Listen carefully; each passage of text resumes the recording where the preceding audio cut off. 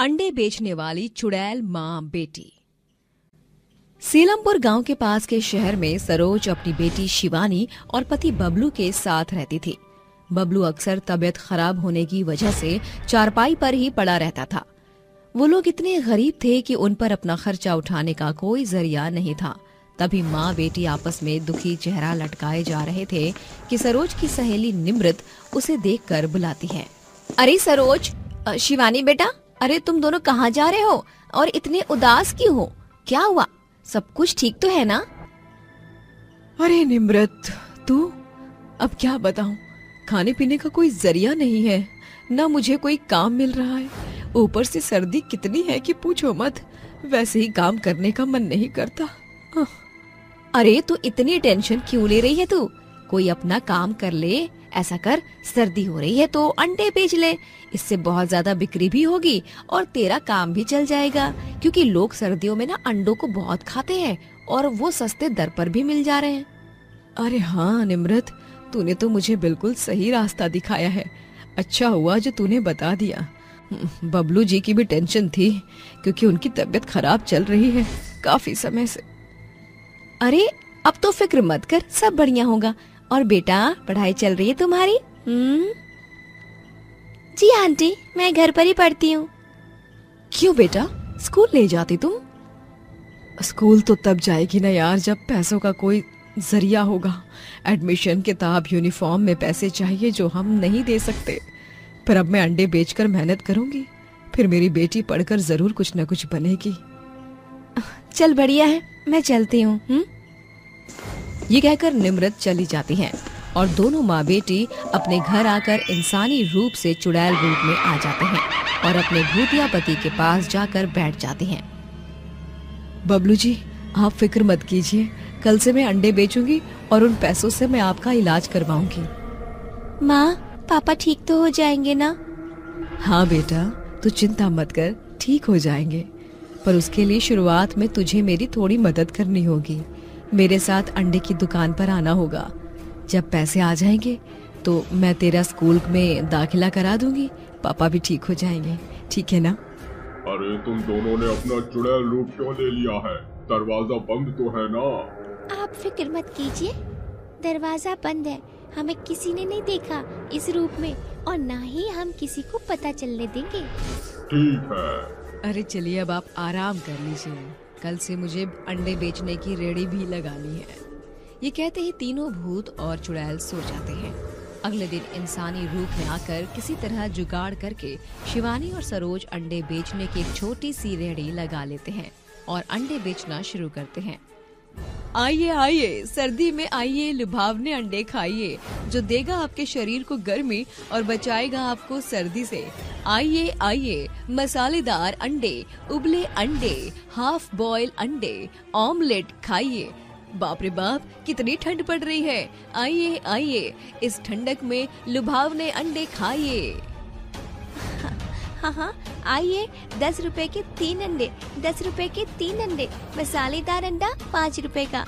माँ, मैं तो कांप रही हूँ, मुझे भी बहुत ठंड लग रही है। बस बेटा, बस बोनी हो जाए, थोड़ा सा बस बोनी हो जाए, फिर तुझे आखिरी में मैं दे दूंगी। ठीक है माँ। ये बोलते ही सर्दी से ठिठुरते हुए लोगों का आना शुरू हो जाता है। ओहो आंटी जी, बहुत ठंड हो रही है, जरा एक प्लेट बॉइल्ड एग लगाना। अभी देती हूँ, मसाला डालूं क्या? हाँ जी, डाल दीजिए। ये कहते ही सरोज उसे अंडे दे देती है। तभी और भी लोग आकर उनसे अंडे मांगते हैं, जिन्हें वो माँ बेटी मिलकर दे दिया करते हैं। आंटी, मुझे 5 अंडे पैक कर दीजिए। कौन सा अंडा? अंडे का फंडा है, सादा या हाफ फ्राई, हाफ बॉयल? 3 मसाला अंडे और 2 फ्राई अंडे। माँ, आप अंडे फ्राई कर दो, मैं मसाला अंडे को पैक कर रही हूँ। ठीक है बेटा। इस तरह रोज शाम से रात तक माँ बेटी ठंड में अंडों को बेचा करती थी। थोड़े पैसे इकट्ठे होने के बाद वो कहती हैं, शिवानी बेटा, मैं पहाड़ी वाले तांत्रिक बाबा के पास जा रही हूँ तेरे पापा की दवाई लेने। तू जब तक अंडे की रेडी संभाल लेना। माँ, आप निश्चिंत रहना, मैं संभाल लूंगी। ये बोलते ही चुड़ैल उस तांत्रिक बाबा के पास चली जाती है और कहती, तांत्रिक बाबा, मेरी मदद करो। मेरे पति काफी समय से बीमार हैं। एक चुड़ैल ने उन पर अपनी शक्ति का प्रभाव डाल दिया है, जिस वजह से वो बिल्कुल भी उठ नहीं पा रहे हैं। मेरा परिवार बिना भूत या शक्तियों के सफर कर रहा है। यदि हम पर काली शक्तियाँ होती तो गरीब की जिंदगी ना बिताते। तुम फिक्र मत करो, मुझ पर हर प्रकार की शक्ति का तोड़ है। कौन सी शक्ति का प्रयोग किया है उस पिशाच ने? शरीर में कैसा महसूस हो रहा है? बाबा, उनका शरीर नीला पड़ गया है और शरीर टूट रहा है। अच्छा, उसने विषाभांतिक शक्ति का प्रयोग किया है। रुको, मैं अभी जड़ी बूटी बना कर देता हूँ। ये कहते ही तांत्रिक अपनी शक्ति और पत्तों से एक जड़ी बूटी बनाकर छोटी सी बिटिया में देता है। ये तुम दोनों अपने पति के शरीर पर लेप की तरह लगा देना, कुछ ही दिन में वो ठीक हो जाएगा। शुक्रिया बाबा, ये आपकी दक्षिणा। वो लेप लेकर आ जाती है। चुड़ैल अपने पति के लेप लगा देती है। वहीं शिवानी अंडे की रेड़ी संभाल रही थी। आइए आइए, अंडे ले जाइए। गर्मा गर्म संडे हो या मंडे, रोज खाओ अंडे। अरे बेटा, तुमने आखिर अंडे की रेड़ी खोल ही ली, तो कैसा चल रहा है तुम्हारा काम? अच्छा चल रहा है आंटी। अच्छा बेटा, मुझे 6 अंडे पैक कर दो। ठीक है आंटी। शिवानी ये कहकर निमृत को अंडे दे देती है। फिर वो चली जाती है। कुछ देर बाद 2 लड़के आते हैं और उससे अंडे मांगकर खा जाते हैं। तभी शिवानी कहती है, भैया, आप दोनों के 50 रुपए हो गए, पैसे दे दीजिए। क्या बोली चुटकी? पैसे दे दो? कौन से पैसे? तुझे पता नहीं हम दोनों इस एरिया के डॉन हैं? हमसे कोई भी टुच्ची मुच्ची रेडी वाला पैसे नहीं देता। चल आजा विकास, चलते हैं। हाँ चल। नहीं भैया, ऐसा मत करो, मुझे पैसे दे दो। ये बहुत जरूरी पैसे हैं मेरे पिताजी के इलाज के लिए। तुम छोटे लोगों की यही टेंशन है, एक बार बोलने पर समझ नहीं आता। चल निकल यहाँ से, कोई पैसे वैसे नहीं है। ये बोलते ही वो लड़का शिवानी को धक्का देकर जाता है। तभी ये सब होता हुआ चुड़ैल देख लेती है, जिससे वो उन दोनों लड़कों को चांटे मारकर सबक सिखाती है और उनकी गर्दन पकड़कर कहती है, तुम दोनों की हिम्मत भी कैसे हुई मेरी बेटी को धक्का मारने की? एक तो मेरी दुकान के अंडे खाते हो, ऊपर से पैसे भी नहीं दिए। चलो चुपचाप पैसे निकालो, वरना तुम्हें मैं मार डालूंगी। चुड़ैल, हमें मत मारो। तुम्हें पैसे चाहिए ना, मुझसे पैसे ले लो, पर हम दोनों को छोड़ दो। हमें मत मारना, हमें छोड़ दो। ये लो तुम्हारे पैसे, ये लो एक्स्ट्रा, ले लो, हमें छोड़ दो। लेकिन शाबाश, अगर आगे से कभी किसी गरीब, बेसहारा या मासूम लोगों को परेशान किया ना, तो अगली बार जिंदा रहने के काबिल नहीं रहोगे। ये बोलते ही चुड़ैल इनसे पैसे लेकर उन दोनों को बहुत दूर तक पटक देती है और अपनी बच्ची से कहती है, बेटा तो ठीक तो है ना? हाँ माँ, मैं ठीक हूँ। वो तो सुबह माँ हमें किसी ने देखा नहीं, चलो पापा के पास चलते हैं। हाँ बेटा। इस तरह ये कहकर दोनों माँ बेटी घर चली जाती हैं। वक्त बीतता है। चुड़ैल अपने पति के लेप भी लगाया करती थी, जिससे वो धीरे धीरे ठीक हो रहा था और उसके शरीर का दर्द कम हो रहा था। वहीं दूसरी ओर दिन में शिवानी स्कूल जाया करती थी और रात में अपने माँ के साथ अंडे बेचा करती थी। धीरे धीरे उनके अंडों का काम चलने लग गया था और सर्दियों में लोगों की भीड़ लग जाती थी। कुछ समय बाद उसका पति भी ठीक हो जाता है और घर की स्थिति भी सही हो जाती है और वो एक बड़े अंडे की दुकान खोल लेता है। जहां एक दुकान पर माँ बैठती थी, वहीं दूसरी दुकान पर Shivani egg roll, omelette, egg fry, egg bhurji इत्यादि अंडों से बने अनेक प्रकार के अंडे लोगों को बना बना कर खिलाती थी। अरे जरा मुझे एक एग भुर्जी और एक एग रोल दे दो। ये लीजिए अंकल। भूतिया बबलू के ठीक होने के बाद वो भी दुकान पर अपनी पत्नी और बेटी की मदद कराया करता था। इस तरह वो भूतिया परिवार लोगों से अपनी पहचान छुपाकर खुशी खुशी अंडे बेचकर अपनी जिंदगी गुजारते हैं। चुड़ैल की ट्रेन पर बाढ़ का कहर। आजमगढ़ गांव के स्टेशन पर लोगों का अक्सर आना जाना था, लेकिन एक हादसे के बाद वहां लोगों का आना जाना कम हो गया। कुछ लोग तो इस जगह को भूतिया स्टेशन भी कहते थे, पर कुछ इन सबको नहीं मानते थे और फिर भी उसी स्टेशन से सफर करते थे। एक दिन गीता और पूर्वी अपनी माँ के साथ गांव जा रहे थे। तभी वो स्टेशन पर ट्रेन का इंतजार करते हैं। माँ, इस ट्रेन का टाइम तो हो गया है, फिर ये आई क्यों नहीं अभी तक? पता नहीं बेटी, ये सब तो तुझे और पूर्वी को ही पता होता है। यात्रीगण कृपया ध्यान दीजिए, भारी वर्षा होने के कारण ट्रेन 2 घंटे के लिए रद्द कर दी गई है। 1 बजे ट्रेन आएगी। ये लो माँ, हम तो वैसे ही ट्रेन के लिए 2 घंटे पहले आए थे। अब ट्रेन और 2 घंटे लेट हो जाएगी। हे भगवान, एक तो जल्दी जल्दी काम करके बिना कुछ खाए आ गई, ऊपर से ट्रेन लेट। माँ आप ऐसा करो, यही खाना खा लो, हम ट्रेन में कुछ और खा लेंगे। वाओ, अब मैं यही दाल भात खाऊंगी।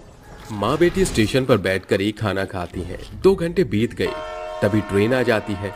माँ बेटी सहित बाकी लोग भी ट्रेन में चढ़ जाते हैं। ट्रेन के दरवाजे झटके से बंद हो जाते हैं और लाइट जलने बुझने लगती है। ट्रेन में बैठे लोग डर जाते हैं। अरे गीता, पूर्वी, बेटा, ये ट्रेन में अजीब अजीब सा क्या हो रहा है? मुझे तो डर लग रहा है। माँ आप परेशान मत होइए, बारिश के कारण ट्रेन की लाइट जल बुझ नहीं पा रही होगी सही से। हाँ माँ, मैं आपके साथ हूँ, डरिए मत। और भी तो लोग हैं ट्रेन में। जहाँ ये सब डर रहे होते हैं, उस डर का कारण कोई और नहीं बल्कि एक चुड़ैल थी जो कि इस ट्रेन को चला रही थी। और वो कहती है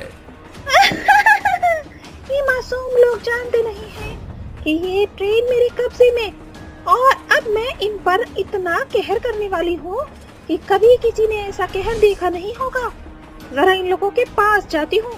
पर ट्रेन चलाएगा कौन? आइडिया। ओम ह्रीम क्लीम प्रकट हो चुड़ैल दासी मेरी, प्रकट हो। चुड़ैल के कहते ही उसी के जैसी दिखने वाली उसके शरीर से एक चुड़ैल निकलती है, जिसे वो आदेश देते हुए कहती है, देखो तुम मेरा ही अंश हो। जो मुझ में शक्तियाँ हैं, अब वो तुम में भी है, और अब मैं तुम्हें जो बोलूंगी वही तुम्हें करना है। तुम इस ट्रेन को चलाओ, तब तक मैं आती हूँ। जो हुकुम मलिका। ये कहते ही चुड़ैल उन लोगों के पास जाती है, जिसे देखकर डरे हुए लोग और डर जाते हैं। क्या हुआ? मुझे देखकर तुम सब लोग डर तो नहीं गए? ओफो, काफी डरे हुए हो। तुम्हें पता है ये ट्रेन कौन चला रहा था? मैं चला रही हूँ, और अब तुम सोच भी नहीं सकते कि तुम्हारे साथ क्या होने वाला है। अरे अरे, कौन हो तुम और इस ट्रेन पर तुमने कब्जा क्यों कर रखा है? चाहती क्या हो तुम आखिर?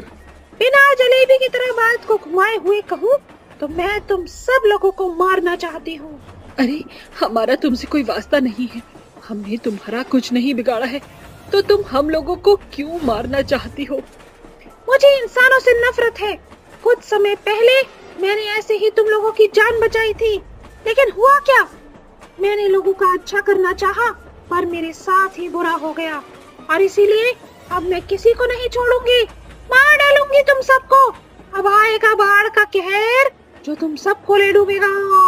ये कहते ही चुड़ैल अपनी शक्तियों से बाढ़ ले आती है, जहाँ ट्रेन के चारों तरफ पानी ही पानी था। खिड़की से ये देखकर लोग काफी डर जाते हैं। 1-2 आदमी तो चुड़ैल से डरकर ट्रेन से कूद जाते हैं। छोड़ दो, हमें मत मारो, हमें मत मारो, कोई नहीं बचेगा। बोला ना, पानी में समा जाओगे सब। चुड़ैल के ये कहते ही ट्रेन के आगे बाढ़ आती है, और चुड़ैल के बाढ़ का कहर ट्रेन को पानी में डुबो देता है, जिससे ट्रेन के लोग मौत के घाट उतर जाते हैं और वापस कभी लौटकर नहीं आ पाते। वहीं चुड़ैल फिर लोगों को मारने के लिए उसी स्टेशन पर वहीं ट्रेन लेकर पहुंच जाती है। अनजान लोग इस ट्रेन में बैठ जाते हैं। चुड़ैल उन्हें भी मौत के घाट उतारने के लिए वही सब करती है जो उसने पहले के लोगों के साथ किया था। तभी ट्रेन की लाइट चली जाती है और मोमबत्ती जलाकर धीरे धीरे चुड़ैल आती है। गुमनाम है कोई, बदनाम है कोई, किसी को खबर कौन है वो, अनजान है कोई। कौन है मेहर? बचाओ मेहर, बहुत डर लग रहा है। ये मोमबत्ती लेकर कौन आ रहा है? आओ मुझसे मिलो, मैं आकांक्षा, जो अब चुड़ैल बन चुकी हूँ। मैंने सोचा चुड़ैल हूँ तो बॉलीवुड चुड़ैल की तरह एंट्री मारूं। अरे क्यों पीछे पड़ी हो हम सबके, और तुम यहाँ कैसे? क्योंकि तुम लोगों से अपनी मौत का बदला लेना चाहती हूँ। जैसे मैं मरी थी वैसे ही तुम सबको मार डालूंगी। कैसे मरी थी तुम? मैं अपनी मौत के बारे में बताना तो नहीं चाहती हूँ, पर तुम्हें वैसे ही मारना है, इसीलिए बता देती हूँ। पिछले साल की बात है, मैं स्टेशन पर आकर ट्रेन चलाया करती थी। मैं एक बहुत अच्छी ट्रेन चालक थी। वहाँ के अधिकारी को मेरा ट्रेन से लोगों को ले जाना इतना पसंद था कि उन्होंने मेरा प्रमोशन कर दिया। आज मुझे ट्रेन का प्रमोशन मिल गया। ऐसा लग रहा है मेरा ट्रेन चलाने का सपना पूरा हो गया हो। बचपन से ही शौक था कि बड़े होकर ट्रेन चलाऊंगी, लोगों को उनकी मंजिल तक पहुंच जाऊंगी। आज बहुत अच्छा लग रहा है। हमें खुशी है कि हमारी रेलवे लाइन में तुम जैसी स्वतंत्र लड़की है जो इतने सारे लोगों को सुरक्षित मंजिल तक पहुंचा देती है। ये लो तुम्हारा प्रमोशन लेटर। अब जाओ, ट्रेन और पैसेंजर्स तुम्हारा इंतजार कर रही है। जी सर। ये बोलते ही आकांक्षा ट्रेन में आकर ट्रेन चलाती है, लेकिन कुछ देर बाद मौसम खराब हो जाता है। तेज आंधी तूफान चलने लगता है और इसी बीच ट्रेन एक पुल के ऊपर से गुजरती है जो नदी से ज्यादा ऊंचाई पर नहीं थी। वहीं ट्रेन में बैठे लोग घबरा जाते हैं। तेज बारिश के कारण बाढ़ का सारा बहाव ट्रेन की ओर जा जाता है। वहां ट्रेन अपने पटरी से उतर जाती है और बाढ़ भी आ जाती है। बाढ़ का झटका लगने से कुछ लोग नदी में गिर गए थे, जिन्हें बचाने के लिए वो ट्रेन से आधी लटक कर लोगों को बचाने की कोशिश करती है। हाथ पकड़िए मेरा, कुछ नहीं होगा आपको।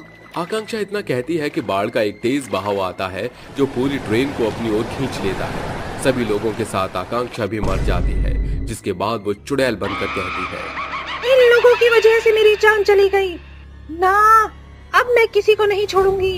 ये बाढ़ का कहर मुझे लेकर डूबा था ना, अब मैं इस बार सबको लेकर डूबूंगी। अब समझ तो आ गया ना तुम सब लोगों को कि ऐसे ही मरोगे। चुड़ैल जैसे ही लोगों को मारने के लिए बाढ़ का आवाहन करती है, तभी एक साधु बाबा उस ट्रेन में बैठा उस चुड़ैल की सारी बातें सुनकर कहता है, तुझे क्या लगता है जैसे तू लोगों को मारती आई है वैसे ही तू हमें भी मार देगी? नहीं, तेरा अंत जरूर होगा। अंत तो तुम्हारा होगा। ये देखो, बाढ़ इसी ट्रेन की ओर आ रही है और ये ट्रेन बाढ़ में डूब जाएगी। बाबा, अच्छा हुआ आप इस ट्रेन में मौजूद हैं। जल्दी बताइए, इसे मारने के लिए हम आपकी क्या मदद कर सकते हैं? बेटा, चुड़ैल का विनाश 5 तत्व से होगा। बस तुम किसी तरह अग्नि ले आओ। इसे भस्म करने के लिए हवा, मिट्टी, पानी तो यही मौजूद है। मेहर, तुम अपना लाइटर दे दो इन्हें। हाँ, जी बाबा, ले लीजिए। नहीं, मैं ऐसा नहीं होने दूंगी। चुड़ैल अपने जादू से साधु को गिरा देती है, पर वो साधु किसी तरह उस पर भस्म डाल देता है, जिससे एक तत्व तो पूरा हो जाता है। उसके बाद दूसरा तत्व अग्नि डाल देते हैं। तीसरा तत्व उसकी रूह था और बाकी 2 तत्व भी वहीं मौजूद थे। इस तरह चुड़ैल एक ही बार में भस्म हो जाती है, मगर बाढ़ का आता सैलाब उन सबको ले डूबता है। कैसे न कैसे करके कुछ लोग अपनी जान बचा लेते हैं और कुछ उसी बाढ़ के कहर में हमेशा के लिए खो जाते हैं। चांद पर जाने वाली भूतिया ट्रेन। अरे, ट्रेन का टाइम तो हो गया, लेकिन अभी तक ट्रेन क्यों नहीं आई? मेरे कंपटीशन के लिए देरी हो रही है। रोहन ऐसा सोच ही रहा होता है कि तभी उसकी ट्रेन रेलवे स्टेशन की पटरी पर आ जाती है, जिसे देखकर रोहन बहुत खुश होता है और खुद से ही कहता है, अरे वाह, आखिरकार ट्रेन तो आ ही गई। चलो अब इसमें जल्दी से चढ़कर अपनी सीट ढूंढ लेता हूँ, नहीं तो कोई मेरी सीट पर जाकर बैठ जाएगा।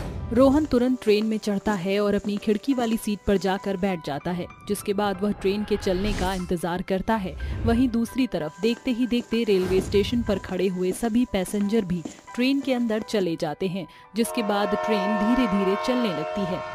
जैसे ही ट्रेन चलती है, ट्रेन चलते चलते बहुत स्पीड पकड़ लेती है और स्पीड पकड़ते ही ट्रेन के अंदर मौजूदा सभी लोग बेहोश हो जाते हैं। अरे ये क्या, यहाँ पर तो सभी लोग बेहोश हो गए हैं। मुझे तो बहुत डर लग रहा है। आखिर ये सब क्या हो रहा है और मुझे इस ट्रेन में भूत और चुड़ैल क्यों नजर आ रहे हैं?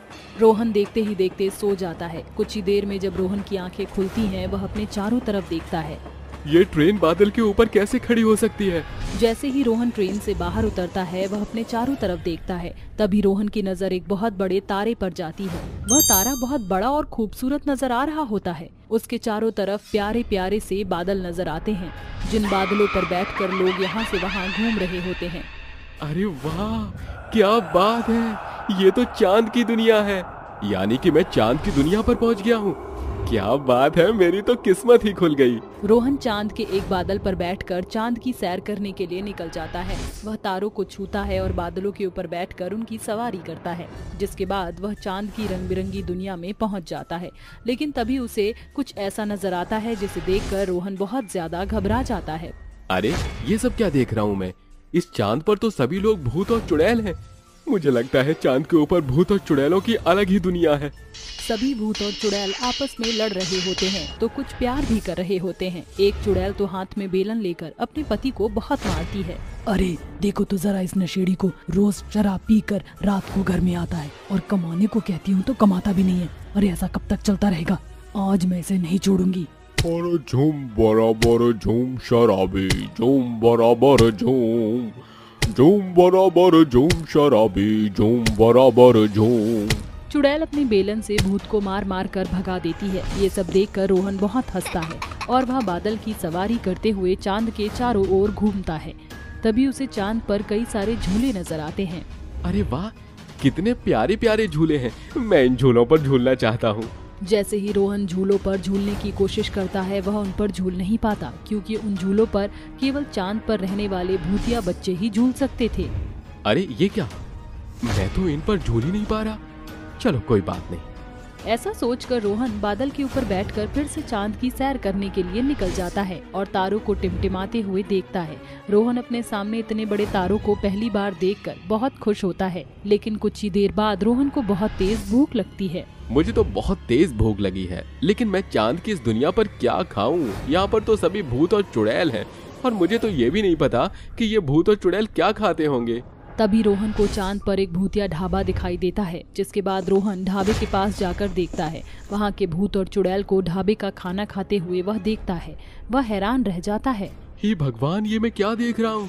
ये भूत और चुड़ैल तो स्पेस के कीड़ों को खा रहे हैं। ना बाबा ना, मैं ये सब नहीं खा सकता।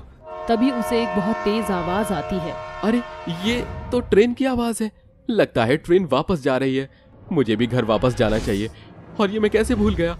मेरा तो कंपटीशन भी था, कहीं मैं अपने कंपटीशन के लिए लेट ना हो जाऊं। रोहन भागता हुआ ट्रेन में जाकर बैठ जाता है और वह अपने चारों तरफ देखता है। जो पैसेंजर उसके साथ चढ़े थे बस वही सब ट्रेन में मौजूद हैं।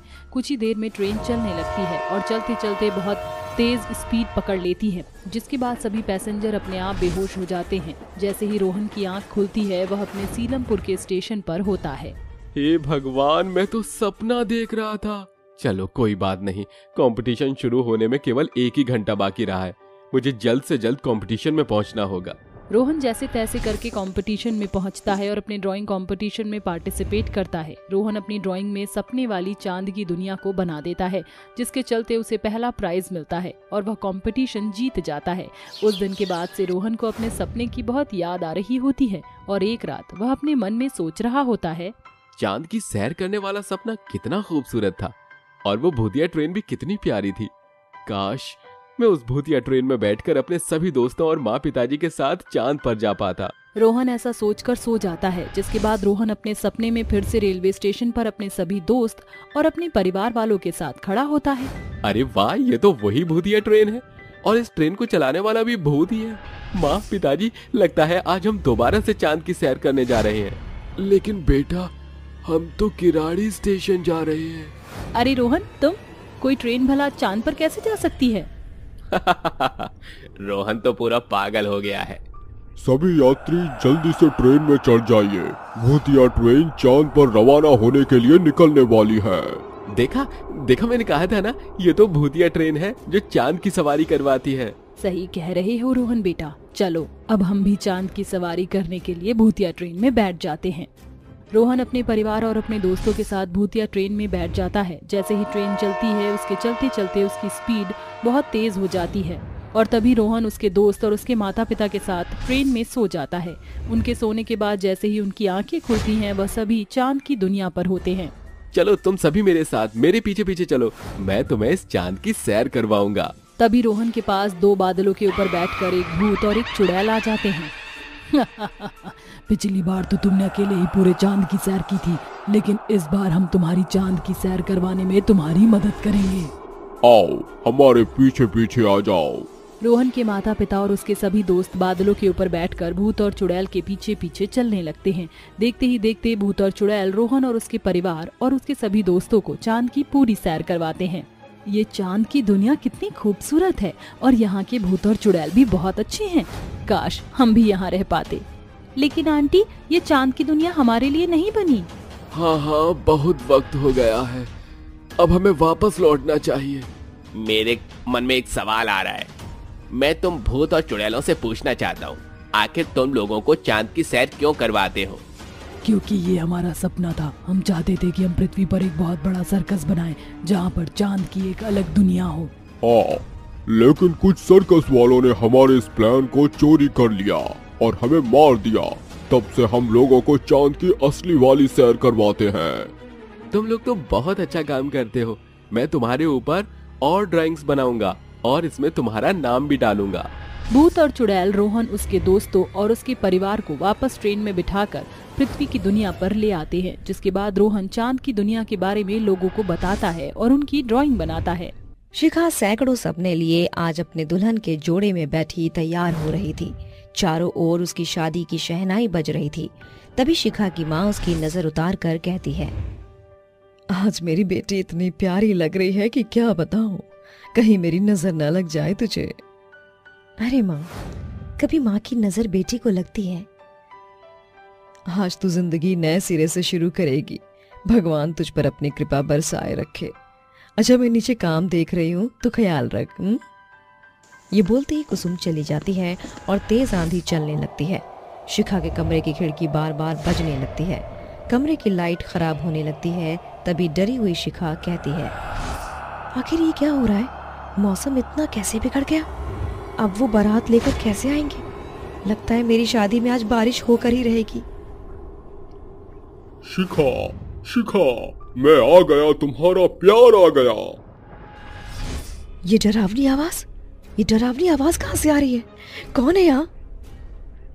तुम्हारा प्यार लौट आया है शिखा, तुम्हारा युवराज। जैसे ही वो आधा जला हुआ चेहरा, भूत वाला चेहरा दिखाई देता है, शिखा के सामने आता है, तो शिखा बेहद डर जाती है और अपनी आंखों पर हाथ रखकर कहती है, युवराज, तुम चले जाओ यहाँ से। मुझे तुमसे डर लग रहा है। आज मेरी शादी है और मैं कुछ गड़बड़ नहीं चाहती। शिखा, मैं तुम्हारे बिना नहीं रह सकता। तुम मुझे देखकर ऐसे मत करो। मैं तुम्हें अपने साथ ले जाने आया हूँ। तुम सिर्फ मेरी हो। आज हम दोनों शादी करेंगे। वो डरावना भूत शिखा का हाथ पकड़कर उसे दरवाजे की ओर ले जाता है और शिखा हाथ छुड़ाकर कहती है, तुम पागल हो गए हो? होश में तो हो युवराज। तुम्हारी मेरी शादी नहीं हो सकती। तुम भूत हो और मैंने तुमसे कभी प्यार ही नहीं किया, तो किस बात की शादी? कोई बात नहीं, तुम नहीं कर सकती तो एक भूत तो अपने प्यार से शादी कर सकता है ना। चलो अब। देखो, तुम यहाँ से चले जाओ, मेरी बारात आने वाली है। जाओ यहाँ से। अच्छा, तो तुम्हारी बारात आने वाली है। ना रहेगा दूल्हा, ना बजेगी शहनाई। ये बोलकर भूत उसके दूल्हे को ढूंढता हुआ उसी रेलगाड़ी में पहुंच जाता है जिसमें सभी बाराती आ रहे थे। रेलगाड़ी कई तरह के फूलों से सजी थी और अंदर सभी बाराती ढोल नगाड़े पर नाच रहे थे और दूल्हा सेहरा लगाए बैठा हुआ था। अरे और ढोल वाले, इतनी तेज बजा के लड़की वालों को पता चल जाए कि उनकी बारात आने वाली है। अभी बजाता हूँ। आज मैं अपने दोस्त के लिए गाना भी गाना चाहूंगा। ओ तेनू घोड़ी किन्ने चढ़ाया भूतनी के, तेनू दूल्हा किन्ने बनाया भूतनी के, भूतनी के ओ भूतनी के, तेनू घोड़ी किन्ने चढ़ाया भूतनी के। अरे, ये तो मेरे लिए गाना बजा रहा है। मुझे नाचना चाहिए। ओ मैनू घोड़ी किन्ने चढ़ाया भूतनी के, ओ मेरू दूल्हा मैंने बनाया भूतनी के। ये कहते ही वो भूत नाचने लगता है। तभी रुक कर कहता है, अरे नहीं नहीं, ये मैं क्या कर रहा हूँ? मुझे उस दूल्हे को मारकर उस जगह बैठना है और अपनी शिखा के पास जाना है। अब ये बारात भूत की बारात होगी जिसमें सब लोग नाच कर जाएंगे। ये बोलते ही वो भूत उसके शरीर में घुस जाता है, फिर उसे ट्रेन के टॉयलेट में ले जाकर मार देता है और खुद उसकी जगह आकर बैठ जाता है। अब ये सहरा ही मुझे दूल्हा बनाकर मेरी शिखा तक पहुंचाएगा। मैं बारात लेकर तुम्हारे पास आ रहा हूँ मेरी शिखा। अरे भाई, तो भी शादी का लड्डू खाने वाला है? अपनी खुशी तो जाहिर कर। सच बताऊं तो मैं शिखा से शादी करके उसे सारी खुशी दूंगा जो मैं उसे पहले नहीं दे पाया। पहले कब? तू तो कभी भाभी से मिला ही नहीं। मेरा मतलब है वक्त ही नहीं मिला। तो अब शादी के बाद उसे सारी खुशियां दूंगा और इसीलिए मैं गाना चाहता हूँ। काजल की स्याही से लिखी है तूने न जाने कितनी लव स्टोरियाँ, केसरिया तेरा इश्क है पिया, रंग जाऊं जो मैं हाथ लगाऊं। अरे वाह वाह वाह। कुछ ही देर में नाचते गाते हुए ट्रेन अपने स्टेशन पर उतरती है और वो भूत समीर बनकर घोड़ी चढ़ जाता है, जहां सभी बाराती नाचते हुए दुल्हन के घर तक पहुंच जाते हैं और भूत गाता है, अरे पीछे बाराती आगे बैंड बाजा, आए दूल्हे राजा गोरी खोल दरवाजा। तभी गौरी नाम की उसकी सास दरवाजा खोलती है तो भूत कहता है, अरे मैंने अपनी सोना जानू को बुलाया था, पर यहाँ तो सासू माँ ही आ गई। कोई नहीं, पहले इनसे निपट लेते हैं। अंदर आ जाओ बेटा, मैं तुम्हारी आरती उतारूं। ये बोलते ही वो भूत आगे बढ़ता है, जहाँ कुसुम उसकी आरती उतारती है और टीके के लिए जब सेहरा हटाती है तो उसे सेहरे के अंदर एक डरावना भूत दिखाई देता है, जिसे देखकर वो चिल्लाती है, भूत, कोई बचाओ, कोई बचाओ। कुसुम उस भूत को भगाने के लिए मेन दरवाजा बंद कर देती है, फिर भी वो भूत दरवाजा तोड़कर अंदर आ जाता है और शिखा का हाथ पकड़कर कहता है, बहुत हो गया शिखा, आज मैं तुझे लेकर ही रहूंगा। मुझे नहीं जाना तुम्हारे साथ, मुझे तुमसे शादी नहीं करनी, क्योंकि मेरे साथ जबरदस्ती कर रहे हो तुम। बेटा तू इस भूत को जानती है क्या? ये क्या हो रहा है मुझे भी पता। माँ, ये कुछ महीने पहले की बात है। इस भूतनीके ने मुझे बहुत परेशान किया है। उस शाम जब मैं कॉलेज से जा रही थी तो मेरा दुपट्टा उड़कर उसके चेहरे पर आ गया, और जब मैंने हटाया तो हम दोनों ने एक दूसरे को पहली बार देखा और कहा, सॉरी, वो हवा की वजह से उड़कर आप पर आ गया। कोई बात नहीं, इसमें आपकी कोई गलती नहीं है, शायद हमें ऐसे ही मिलना था। What do you mean? ये कहकर शिखा चली जाती है। अगले दिन जब वो कॉलेज आती है तो रास्ते में युवराज उसे देखकर कहता है, अरे ये तो वही लड़की है, जब से इसे देखा है मेरे दिल का चैन चला गया है कहीं और। इसका नाम क्या है? अरे शिखा रुक, मैं भी आ रही हूँ। हाँ आजा आजा, यही खड़ी हूँ, बस आई नहीं अभी तक तो मैं चलने लग गई। अच्छा। दोनों साथ जाती हैं कि युवराज उनके सामने बाइक लिए आ जाता है और कहता है, हाय शिखा, आई एम युवराज, तुम्हारी कॉलेज का ही हूँ, आओ तुम्हें ड्रॉप कर दूं। तुम वही हो ना? और तुम्हें मेरा नाम कैसे पता? अभी तुम्हारी दोस्त ने तुम्हारा नाम लिया। यार मैं तुमसे बहुत प्यार करता हूँ, आओ मेरी गर्लफ्रेंड बन जाओ। दिमाग खराब है क्या तुम्हारा? एक दिन में भला किसी को कैसे प्यार हो सकता है? शिखा, ये पहली नजर का प्यार है और मैं तुमसे शादी भी करना चाहता हूँ। तुम्हारा दिमाग सठिया गया है क्या? ये बोलकर दोनों ऑटो में बैठकर चली जाती हैं। वक्त बीतता है, युवराज शिखा की अब हर गली हर चौराहे पर आकर परेशान करने लगता है, पर शिखा नजरअंदाज कर देती है। तभी एक बच्चा उसे लेटर देकर जाता है, जिसमें लिखा था, अगर शिखा तुम जंगल में मुझसे मिलने नहीं आई तो मैं मर जाऊंगा। ये क्या बकवास कर रहा है युवराज? मुझे इसे जाकर समझाना होगा वरना गलत हो जाएगा। ये बोलते ही दौड़ी दौड़ी जंगल में जाती है, जहाँ युवराज उसे कहता है, मुझे पता था शिखा तुम जरूर आओगी, क्योंकि तुम भी मुझसे उतना ही प्यार करती हो जितना मैं। अब मुझसे एक बार कह दो कि तुम भी मुझसे बहुत प्यार करती हो। युवराज, जबरदस्ती किसी से प्यार नहीं होता और मैं तुमसे प्यार नहीं करती। मैं सिर्फ तुम्हें समझाने आई हूँ, तुम अपनी जिद छोड़ दो। ठीक है, तुम मुझसे शादी नहीं करना चाहती ना, पर मैं तुमसे ही प्यार करूंगा और मरने के बाद भी करूंगा। मैं ये दुनिया छोड़कर जा रहा हूँ। ये बोलते ही युवराज अपने ऊपर मिट्टी का तेल डाल लेता है और माचिस से खुद को आग लगा लेता है, जिसके बाद वो मरकर भूत बन जाता है। बस तब से ही ये मुझे परेशान कर रहा है। सुबह भी मेरे पास आया था, मैंने इसे बहुत रोका, पर इसने समीर को मार डाला। और मैं तुम्हें भी मार डालूंगा और अपने साथ ले जाऊंगा, पर शादी तुमसे ही करूंगा। ये बोलते ही भूत उसे मार डालता है, जिसके बाद वो चुड़ैल बन जाती है और युवराज उसके साथ उसी मंडप में जबरदस्ती शादी करके कहता है, कहा था ना तुम मेरी हो, और अब मैं तुम्हें अपने साथ ले जा रहा हूँ। बाय बाय सासू माँ, अपना ख्याल रखना। इस तरह युवराज की बुरी आत्मा शिखा से शादी कर उसे अपनी दुनिया में ले जाती है। चुड़ैल बसंती के छोले कुलचे। आशीष नगर में बसंती अपनी माँ रानी और अपने पिता रघुनंदन के साथ बाजार से घर की तरफ जा रही थी कि तभी रघुनंदन का एक्सीडेंट हो जाता है और उस एक्सीडेंट में रघुनंदन की मौत हो जाती है। एक तरफ तो रघुनंदन की मौत एक्सीडेंट में होती है तो वहीं दूसरी तरफ चक्कर खाकर रानी बेहोश हो जाती है और वो नीचे गिर जाती है। नीचे गिरने की वजह से रानी के सर में बहुत ही गहरी चोट लग जाती है। ये देख बसंती दौड़ती हुई अपने माँ बाबा को हॉस्पिटल ले जाती है। एक तरफ तो बसंती की माँ रानी हॉस्पिटल में एडमिट रहती है तो वहीं दूसरी तरफ अब बसंती अपने पिता का अंतिम संस्कार कर देती है। कुछ समय बाद बसंती अपनी माँ रानी को घर ले आती है। उसकी माँ कोमा में चली जाती है। अपनी माँ को कोमा में देख बसंती रोते हुए खुद से बोलती है, हे भगवान, ये मेरी किस्मत में तूने क्या लिख दिया। एक तरफ तो तुमने मेरे पिताजी को मुझसे छीन लिया तो वहीं दूसरी तरफ मेरी माँ यूं इस तरह बेड पर कोमे में पड़ी हुई है। अब मैं उनका इलाज कैसे करवाऊं? मेरे पास तो इतने पैसे भी नहीं है कि मैं उनका इलाज करवा सकूं। इतना कहकर बसंती फूट फूट कर रोने लगती है कि तभी मंदिर के पास उसको एक गुल्लक दिखाई देता है, जिसके बाद वो उस गुल्लक के पास जाती है और उस गुल्लक को फोड़ देती है। उस गुल्लक को फोड़ने के बाद उसमें से कुछ पैसे निकलते हैं।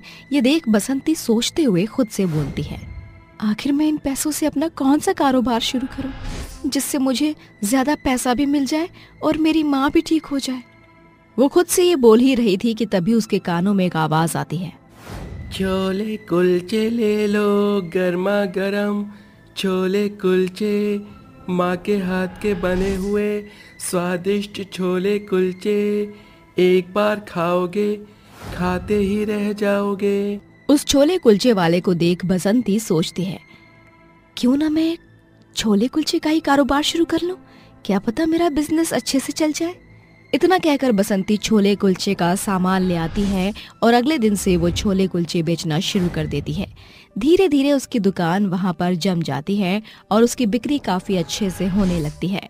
उसी के सामने कांचा नाम के एक आदमी की भी दुकान थी। लोग कांचा की दुकान पर न जाकर बसंती के ठेले पर जाया करते और उसी के छोले कुलचे खाया करते हैं। ये देख कांचा खुद से बोलता है, जब से ये यहाँ पर आई है तब से मेरी दुकान की तो बिक्री ही बंद हो गई है। इस बसंती को अच्छा सबक सिखाना ही होगा। अगर मैंने इसको कोई सबक नहीं सिखाया तो शायद ये मेरा धंधा चौपट कर देगी। वो इतना सोच ही रहा था कि तभी वो देखता है कि बसंती के पास एक भागा भागा छोटा बच्चा आता है और उससे बोलता है, अरे बसंती दीदी, आपकी माँ की तबीयत बहुत ही ज्यादा खराब हो गई है, इसलिए आपको जल्दी मेरे साथ घर पर चलना होगा। अपनी माँ की तबीयत खराब सुनकर बसंती को कुछ समझ नहीं आता और वो रोने लगती है कि तभी उसकी नजर कांचा की दुकान पर पड़ती है और वो अपने ठेले की देखभाल के लिए कांचा को बोलती है, कांचा भैया, मेरी माँ की तबीयत अचानक ही बहुत ज्यादा बिगड़ गई है और इसलिए मुझे अपनी माँ के पास जाना होगा। क्या तुम कुछ देर के लिए मेरे इस ठेले की देखभाल करोगे? हाँ बहन, क्यों नहीं, मैं तुम्हारे ठेले की देखभाल जरूर करूँगा। बसंती उसका धन्यवाद देकर वहाँ से भागते हुए चली जाती है और अब कांचा को उसका ठेला उजाड़ने का एक मौका मिल गया। उसके ठेले की तरफ देखता हुआ कांचा खुद से बोलता है, अब तो लाठी भी मेरे पास है और सांप भी मेरे पास है। इससे मैं सांप को भी मार दूंगा और मेरी लाठी भी नहीं टूटेगी। मुझे इस बसंती से अपना पीछा छुड़ाने के लिए इसके छोले कुलचे में कुछ न कुछ मिलावट तो करनी ही पड़ेगी, जिससे कि ये यहाँ से हमेशा हमेशा के लिए चली जाए।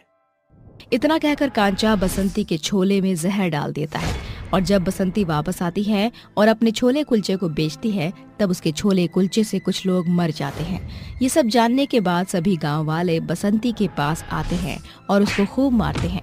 अचानक ही एक औरत उसको इस कदर धक्का दे देती है कि बसंती का सर सीधा लोहे की रॉड में जा लगता है और इस तरह बसंती की मौत हो जाती है। उसको मरा हुआ लोग रोड पर ही छोड़कर चले जाते हैं कि तभी बसंती के शरीर में से बसंती की आत्मा बाहर आ जाती है और वो गुस्से में बोलती है, कांचा, कांचा, मैं तुझे नहीं छोड़ूंगी। एक बार बस मेरी माँ ठीक हो जाए, उसके बाद मैं तुझे मौत के घाट उतार दूंगी। इतना कहकर चुड़ैल गायब हो जाती है और अगली सुबह एक मामूली सी लड़की बनकर बसंती के ठेले को चलाने लगती है। देखते ही देखते अब वो बहुत सारा पैसा कमा लेती है, जिसके बाद वो चुड़ैल अपनी माँ का इलाज करवाती है। इस तरह 3 महीने बीत जाते हैं और उन 3 महीनों में बसंती चुड़ैल अपनी माँ को ठीक करवा देती है। और एक दिन जब बसंती मामूली इंसान बनकर छोले कुलचे बेच रही थी, तब उसके सामने कांचा आता है और कांचा को देख बसंती अचानक ही चुड़ैल के रूप में आ जाती है और हवा में उड़ते हुए अपने हाथों को लंबे कर कांचा की गर्दन पकड़ते हुए उसको हवा में उड़ा देती है और वो चिल्लाकर कांचा से बोलती है, अब तो नहीं बचेगा। तूने जिस तरह मुझे मरवाया उससे भी बदतर मौत मैं तुझे दूंगी। कौन है तू और मुझे इस तरह क्यों मार रही है? आखिर मैंने तेरा क्या बिगाड़ा है? चुड़ैल और कांचा की इस तरह भिड़ंत को देख वहाँ भीड़ इकट्ठा हो जाती है। उन दोनों की बहस को देख उस भीड़ में से एक आदमी बोलता है, आखिर तुम कौन हो और इस कांचा भैया को क्यों मार रही हो? ये तो तुम लोग इस कांचा से ही पूछो तो ज्यादा बेटर रहेगा। अरे गांव वाले भैया मुझे बचा लो, ये चुड़ैल मुझे मार देगी। तू इसको सच बताएगा या नहीं? बताता हूँ। गांव वालों, उस दिन जब तुम लोगों ने बसंती को मारा था तो उसके छोले में इसने मिलावट नहीं की थी, बल्कि मैंने ही इसके छोले में जहर मिला दिया था, क्योंकि ये मेरी दुकान को चलने नहीं दे रही थी। इसलिए मैंने इसको जड़ से ही खत्म करने की कोशिश करी, लेकिन ऐसा नहीं हुआ। ये वापस आ गई और अब ये मेरी जान के पीछे पड़ी है। उसकी ये बात सुनकर गांव वालों को गुस्सा आता है और गांव वाले कांचा से बोलते हैं, तुम जैसे कायर इंसान को तो मर ही जाना चाहिए, जो अपने फायदे के लिए लोगों का नुकसान करे। चुड़ैल बहन, तुम इसको खत्म कर दो। उसकी बात सुनकर चुड़ैल कांचा को एक भयानक मौत दे देती है और सभी लोगों से कहती है, मेरा बदला पूरा हो गया, मेरी माँ भी ठीक हो गई, इसलिए अब मैं यहाँ से जा रही हूँ। लेकिन अगर मेरे जैसे इस गांव में किसी के भी साथ गलत हुआ तो मैं इस बार फिर वापस आऊंगी और उनको अच्छा सबक सिखाकर जाऊंगी। इतना कहकर चुड़ैल वहाँ से चली जाती है, जिसके बाद बसंती के छोले कुलचे उसकी माँ रानी बेचना शुरू कर देती है।